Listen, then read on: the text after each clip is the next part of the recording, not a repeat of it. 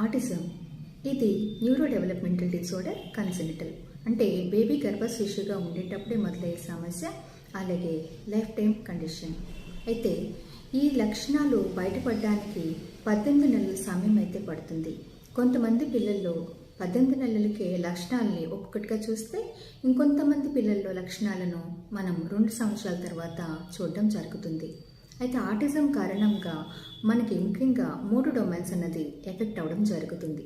Personal domain అంటే వ్యక్తిగతంగా పిల్లలు తన ఏసు తగ్గట్టుగా చేసుకునే పనుల్లో వెనుకబడతాను. కమ్యూనికేషన్ అంటే మాటలు సైగలు. ఈ మాటలు సైగలు అన్నది సరిగ్గా వాళ్ళు ఉపయోగించలేకపోవడం.